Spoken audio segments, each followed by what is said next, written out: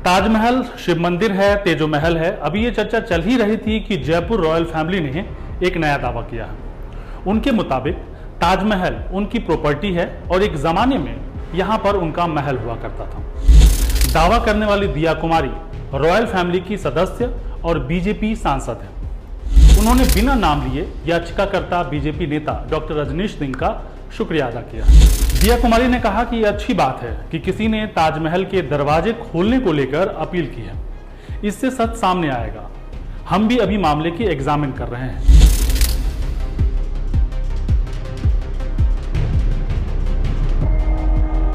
हालांकि इलाहाबाद हाईकोर्ट की लखनऊ बेंच ने इस मामले में याचिकाकर्ता को कड़ी फटकार लगाते हुए कहा कि जाओ पहले ताजमहल के बारे में पढ़ो।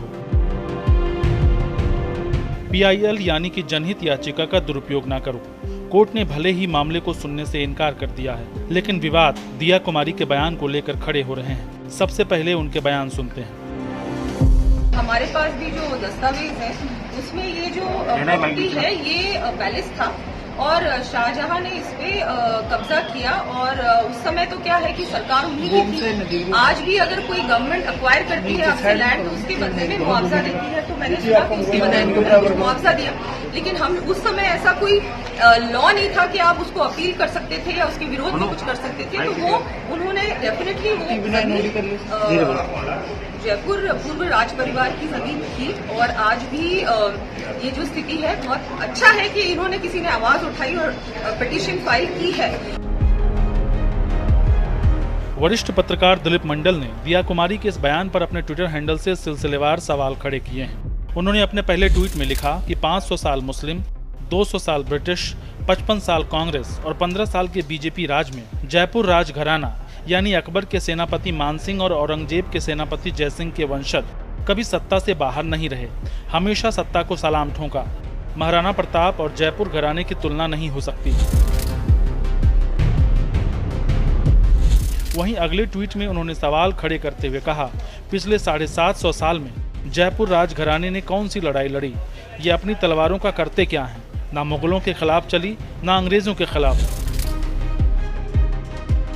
वहीं ताजमहल पर दावे वाले बयान को लेकर वरिष्ठ पत्रकार ने लिखा, जयपुर के राजा मानसिंह अकबर की तरफ से महाराणा प्रताप से और जयपुर के ही दूसरे राजा जयसिंह औरंगजेब की तरफ से शिवाजी से लड़े, लेकिन शाहजहां ने इनसे आगरा वाला प्लॉट छीन लिया तो राणा साहब सरेंडर कर गए। ये कहानी कुछ जमी नहीं दिया जी। दिलीप मंडल ने सवाल पूछते हुए लिखा कि मेरे पास इसके प्रमाण हैं कि आगरा पर जाट और जयपुर आमेर पर मीणा शासन था। आप लोगों ने उनकी जमीन ली। गुर्जरों की काफी जमीन भी आपके पूर्वजों ने कब्जाई थी और अब उसमें कुछ पर होटल वगैरह चलाए जा रहे हैं। अवैध कब्जा आप लोगों ने किया था, हिसाब दीजिए। डिटेल में बताऊं क्या कि भारमल, मानसिंह और जयसिंह ने क्या किया था? देखिए, मुंह ना खुलवाइए वरना बता दूंगा कि महाराणा प्रताप और छत्रपति शिवाजी महाराज के खिलाफ मुगलों के सेनापति कौन थे। अगर शाहजहां ने आगरा की कोई जमीन जबरन ली थी तो उसके बाद जयसिंह और औरंगजेब के सेनापति कैसे बने? हालांकि दिया कुमार की तरफ से इन सवालों को लेकर कोई जवाब तो नहीं आया, लेकिन उनका दावा है कि उनके पास ऐसे डॉक्यूमेंट मौजूद हैं जो बताते हैं कि ताजमहल पहले जयपुर के पुराने राज परिवार का पैलेस हुआ करता था, जिस पर शाहजहां ने कब्जा कर लिया क्योंकि तब उसका शासन था और जयपुर परिवार उसका विरोध नहीं कर सका। हालांकि क्या वहां मंदिर था? इस सवाल को लेकर दिया कुमारी ने कहा, मैंने अभी सारे डॉक्यूमेंट नहीं देखे हैं, लेकिन वो प्रॉपर्टी हमारे परिवार की थी। अगर कोर्ट आदेश देगा तो हम उसे डॉक्यूमेंट्स देंगे। हमारे पास मौजूद डॉक्यूमेंट में यह बात साफ है कि शाहजहां को उस वक्त वो पैलेस अच्छा लगा तो उसे एक्वायर कर लिया। दिया कुमार के दावे पर उठ रहे सवालों के बीच यह जानना जरूरी है कि ताजमहल का निर्माण किस जमीन पर हुआ है। शाहजहां ने तय किया था कि वो अपनी पत्नी मुमताज का मकबरा स्वर्ग जितना सुंदर बनाएंगे। मुमताज के जाने के बाद तय किया गया कि उन्हें अकबराबाद में दफनाया जाएगा। तब आगरा को अकबराबाद कहा जाता था। भव्य और विशाल मकबरे का स्ट्रक्चर बहुत भारी होता, इसलिए आर्किटेक्ट्स ने तय किया कि मकबरा यमुना नदी के पास बने। ये जमीन राजा मानसिंह के नाम थी, जो अकबर के सेनाध्यक्ष थे। राजा मानसिंह और मुगलों के परिवारों में शादियां भी हुई थी, इस वजह से उनके बीच अच्छे ताल्लुकात थे। इतिहासकार डब्ल्यू.ई. बेगली और जियाउद्दीन ए देसाई ने उस काल के कई मुगलकालीन आदेश संकलित किए थे। दस्तावेजों में इस बात की तस्दीक होती है कि इस जमीन पर ताज खड़ा है वह दिया कुमारी के पूर्वज आमेर के राजा जय सिंह प्रथम की थी। लेकिन दस्तावेजों में यह भी लिखा है कि जय सिंह को अपनी हवेली छोड़ने के बदले अच्छा खासा मुआवजा मिला था।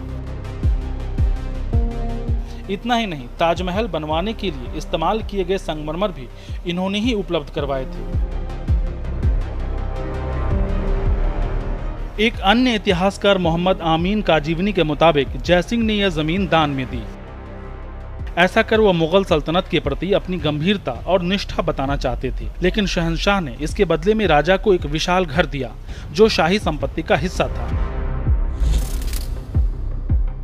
द प्रिंट ने लिखा है कि 28 दिसंबर 1633 को जारी एक फरमान राजा जयसिंह की उस हवेली के बदले दिए गए मुआवजे का सटीक ब्यौरा देता है जो उन्होंने मकबरा बनाने के लिए पूरे होशो हवास में और स्वेच्छा से उपहार स्वरूप प्रदान की गई थी। लेखों के मुताबिक अकबराबाद हवेली के बदले राजा सिंह को राजा भगवान दास, माधो सिंह, रूप सिंह बैरागी और सूरज सिंह के बेटे चांद सिंह की हवेलियां मिली। राजा जयसिंह ने मुमताज महल की मृत्यु के कुछ ही समय बाद संभवतः दिसंबर 1631 तक अपनी संपत्ति दान कर दी होगी, लेकिन इसके बदले में शाहजहां की तरफ से शाही संपत्ति के अनुदान को पूरा करने में लगभग 2 साल लग गए। रूप सिंह बैरागी ने इन हवेलियों में से एक हवेली अपनी भतीजी और राजा भारमल की बेटी मरियम उज जामिनी यानी कि जोधाबाई को साल 1562 में मुगल सम्राट अकबर से शादी के अवसर पर उपहार स्वरूप भेंट किया। डब्ल्यू.ई. बेगली और जियाउद्दीन ए देसाई की किताब ताजमहल द इल्यूमिनेटेड टॉम में उस दौर के सारे दस्तावेजों का संकलन किया है। उसमें यह लिखा है कि राजा जयसिंह इस जमीन को फ्री में देने को तैयार थे, फिर भी शाहजहां ने बदले में उन्हें 3-4 आलीशान महल दिए। जयपुर के सिटी पैलेस में इस फरमान की सर्टिफाइड कॉपी भी रखी हुई है, जिसके मुताबिक 1631 में जब तय हुआ था कि उसी जगह मुमताज का मकबरा बनेगा, उसी समय राजा जयसिंह ने वो जगह उन्हें दे दी। लेकिन इसके बदले में शाहजहां ने 28 दिसंबर 1633 को उन्हें 4 हवेलियां दी।